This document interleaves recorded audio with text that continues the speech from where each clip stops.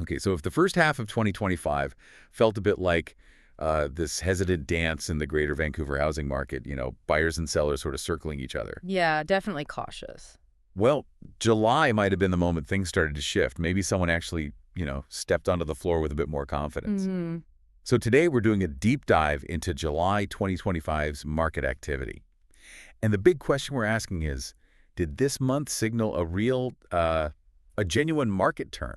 Right. Are we seeing a pivot? Exactly. We're going to cut through the noise of the latest market report, try and give you the clearest picture of where things might actually be headed. Mm. Really pull out the key insights so you're up to speed fast.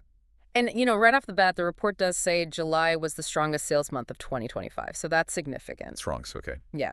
And we saw inventory levels begin to tighten up a bit, but, and this is crucial, prices did keep moving down. Still downward pressure on prices then.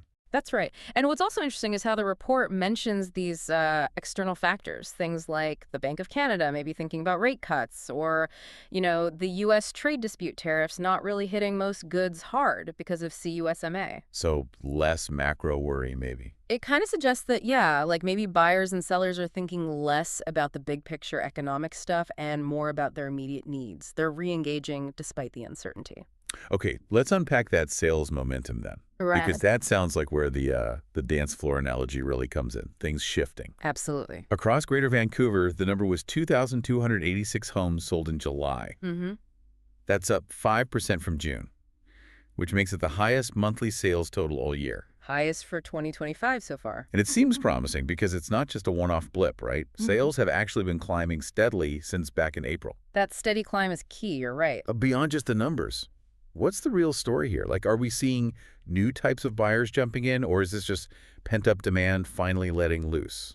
Well, let's put it in context. Sales are still, trailing the historical averages, down 2% from last July, July 2024, and down 7% from July 2023. So still lagging a bit historically. Yes, but look at the pace of the recovery. That's what's remarkable. Think about February sales back then were almost 40% below the 10-year average, a huge gap. Why? Yeah. By July, that gap had shrunk to just 14% below average. That's a big improvement. It really signals buyers are, coming back to the table, re-engaging significantly. That's a really good point about the pace. Yeah. And, what makes this July surge even more interesting is that it's counter-seasonal, isn't it? Exactly. July, August, usually things slow down. Summer holidays, people are away. Right, but not this year, apparently. Buyers were quite active, which sort of suggests there's strong underlying demand there, not put off by the usual summer slowdown excuses. Yeah, the report had that funny line, didn't it, about the excuses for not buying real estate drying up, just like the Vancouver rain, which apparently there wasn't much of. Huh. Right. So maybe the good weather helped too. Looking at the property type specifically, Yeah. townhomes are actually up 5% compared to last July. Up year over year, yeah. Condos were still down a tiny bit, 2% year over year, but that's a huge improvement from June when they were down, 16%? Massive improvement for condos, yes. And detached homes were pretty consistent, down 4% from last July, which is very similar to the 5% drop they saw in June. So basically every segment looked way better than May. May was grim, wasn't it? Down over 20% year over year across the board. It was definitely a low point. So the question becomes, is this July bump just, a short-term thing, or are we actually seeing confidence coming back in a more sustained way? Especially, like you said, in those more affordable segments, the condos and townhomes. That returning confidence, you can almost feel it in the numbers. Okay, so if sales momentum is our confident dancer leading the charge, Right. what about the supply side? Inventory, new listings, are they playing the same upbeat tune? Let's look at that. Active listings actually dipped slightly in July, down 2% from June, landing just over 17,000. Okay, small dip. Small dip, but notable because it's the first time since way back in 2022 that active listings went down from June to July. Usually they tick up. Interesting. But overall levels are still high compared to last year. Oh, yeah. Overall active listings are still 20% higher than July 2024, so plenty of choice out there still. Right. And what about new listings?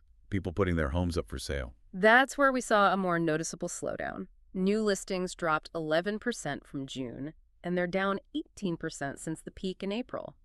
18% since April. That sounds like maybe some seller fatigue.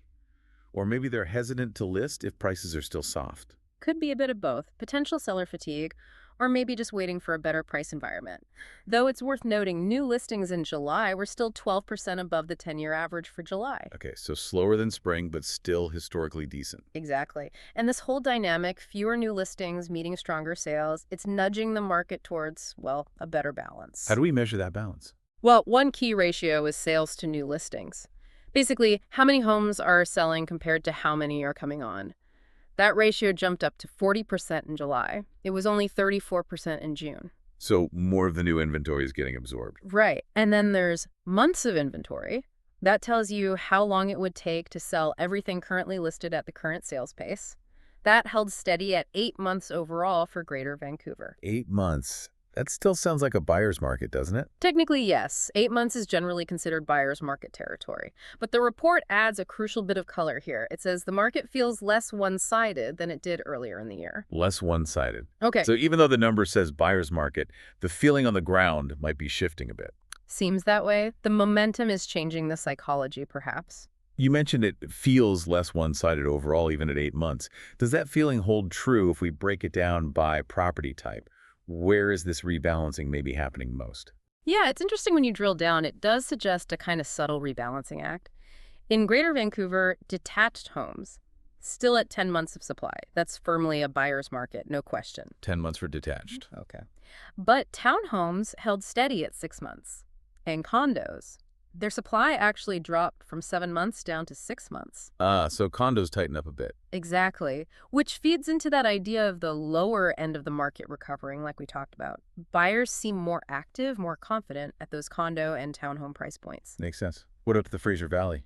Similar story? Pretty similar trends there, too. Overall, months of supply stayed at 8. Detached homes in the valley actually increased a bit, up to 11 months. Even more of a buyer's market for detached out there. Yep. But townhomes start at 6 months, and condos drop from 8 months down to 7. So again, you see that relative stability or slight tightening in the attached and condo segments, while detached remains squarely in buyer territory. Okay, so there's this sense of rebalancing, sales picking up, inventory tightening in spots. Yeah. But the elephant in the room is still price. Always.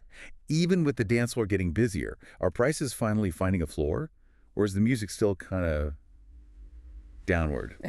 Let's get to the numbers everyone watches. Yep. Price movements. Right. So the MLS Home Price Index, the benchmark price for Greater Vancouver, it continued that downward drift, fell 0.7% just from June to July. Okay, month over month down 0.7%. Yeah. And year over year. Down 2.7% compared to July 2024. In Fraser Valley. Similar. Similar month over month drop, also 0.7%, but a steeper fall year over year in the Fraser Valley. Down 5.4%. Ouch. 5.4% down year over year out there. So why? Why are prices still softening if sales are picking up and inventory is tightening a bit? Well, the report basically puts it down to that elevated inventory, remember, still 20% higher than last year overall, combined with below average sales levels, even with the recent pickup. So too much supply still, relative to demand, even improved demand. Pretty much. It means some sellers are just having to take less for their homes to get a deal done. And the report kind of hints this might continue into the fall unless sales really kick up another notch and inventory drops more significantly. But you mentioned variations, right? It wasn't universally down everywhere. Not at all. And this is where it gets really interesting, those microclimates you mentioned earlier. Yeah, tell me about those. Where did prices actually go up? Okay, so exceptions to the downward trend. West Vancouver actually saw a tiny price increase month over month, 0.2%. New Westminster was up 0.8% month over month. Burnaby East up a strong 1.9% month over month. Even Ladner saw a 0.5% bump. Wow, okay. So pockets of strength, definitely. Absolutely. But then you have the other side. The areas with the biggest price drops month over month, Salwaston really stands out, down 2.6% just in July, and down 6.7% compared to last year. Salwaston getting hit hard. Seems like it. And Richmond also saw a fairly big drop, down 1.4% month over month and almost 5% year over year. What about Vancouver itself, east versus west? Both saw month over month declines, Vancouver west side down 1.1% and the east side down 1.2%. So yeah, the overall index shows a dip, but the real story is much more varied when you look street by street, or at least neighborhood by neighborhood. Okay, let's really dig into those microclimates then, because that feels like where the action is. Which areas are really leading the charge and which ones are still lagging or looking cautious. Well, you definitely see the suburbs driving a lot of the positive momentum in July. Like where specifically? Look at Burnaby. All three Burnaby areas, east, north, south, saw huge sales jumps compared to June. Burnaby North was up 40%, south up 29%, east up 36%. Just big month-over-month increase. 40% jump in Burnaby North. Wow. Yeah, and New Westminster, we mentioned their price bump. They also had the biggest sales surge, up 39% from June. Their sales to listings ratio jumped way up to 42%, and their months of inventory dropped down to 6. So things really firmed up there. US is looking strong, though. Seems like it. And the Tri-Cities, too. The report says they're firming up. Coquitlam sales up 20% from June, 15% year over year. Port Moody up 38% from June, jumped a percent year over year. Really solid numbers. Okay, Burnaby, New West, Tri-Cities, Yeah. any other standouts? Oh, yeah. The report singles out Port Coquitlam, calls it a standout month. Sales there jumped an incredible 47% from June, that's almost 50%, and 55% from May, year over year, up 29%. Port Coquitlam's on fire, then. Pretty much. And here's the kicker. Its months of supply dropped to just 4 months. 4 months. That's seller's market territory, isn't it? Exactly. The report says it's the only submarket in seller's territory across Greater Vancouver right now. That's a really significant local shift. Wow. Okay. So Port Coquitlam leading the pack. But what about the other side of the coin? You mentioned caution. Where are we seeing that? Or maybe just too much supply still lingering? Right. So on the flip side, Vancouver West side, we saw prices dip there, and sales also dipped month over month and year over year. Inventory is still higher than last July, even though fewer new listings came on, so still sluggish. West side still slow. What else? Richmond. The report describes it as inventory heavy. It's got a 9-month supply, and activity is generally pretty flat. Not much movement there. 9 months in Richmond. And Sawasan. You mentioned the price drops. Yeah, Sawasan had a really rough July sales-wise, too. Sales dropped 44% compared to June, 44% down, and its months of supply ballooned up to 12 months, a full year's worth of inventory at the current pace. That's clear oversupply. 12 months. Definitely oversupply. What about the Fraser Valley overall? You mentioned steeper price drops. Yeah, and interestingly, overall, sales in the Fraser Valley were actually slightly down month over month, which is the opposite of what we saw in Greater Vancouver, also down 3.3% year over year. Surrey, in particular, is highlighted as still being a challenging market, especially for detached homes. So a bit more challenging out in the valley, especially for houses. Seems that way. But even amidst the challenges, some markets are showing resilience, or at least stability. Like Vancouver East Side is mentioned as remaining one of the more stable Vancouver markets. North Vancouver has been quietly resilient, the report says. It's getting closer to seller's market conditions, actually, down to 5 months of inventory. North Van nearing seller's territory, too. Yeah. Interesting. Yeah. And even West Vancouver, despite the long slump it's been in, is showing signs of life. Sales were up significantly from both June and April, so resilience there too. Okay, so we've covered sales, inventory, prices, the different neighborhood stories. Let's try and pull it all together, that central question. Yeah.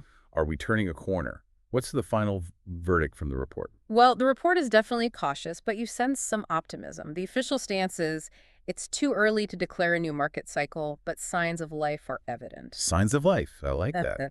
And when it summarizes the shifts, a couple things really stand out. Sales rising steadily across most areas, buyers coming back with maybe more conviction, especially where prices have come down a bit or inventory isn't overwhelming. Right. The buyers seem less hesitant. Exactly. And at the same time, you've got fewer new listings coming on and inventory actually dropping in some key areas. That's subtly changing the whole dynamic. And critically, it's not happening everywhere at once, is it? The report makes that clear. Absolutely. It stresses that the shift won't be sudden or uniform. You've got that stark contrast, right? Areas already tightening up. Port Coquitlam is the prime example. North Van, Burnaby South maybe heading that way, versus areas still bogged down by too much supply like Sawasan or Richmond. So where does that leave us overall? Still a buyer's market? For now, yes. Yeah. Metro Vancouver overall remains a buyer's market for now. That's the conclusion. But, and it's a significant but, that steady beat of sales, the flattening prices in many places, the pullback in new listings, it all suggests a slow rebalancing might really be underway. Slow rebalancing. Okay. And the report ends with a pretty direct message for anyone watching the market closely. It says, watch August closely. The corner might just be in sight. The corner might just be in sight. Oh. Okay, that's a strong hint. So for you listening, thinking about all these details, these local differences, It kind of makes you question the whole idea of one single market cycle, doesn't it? It really does. How might understanding these microclimates, these pockets of activity or slowdown, change how you think about real estate trends? Not just here in Vancouver, but really anywhere you might be looking to buy or sell. Definitely something to think about until our next deep dive.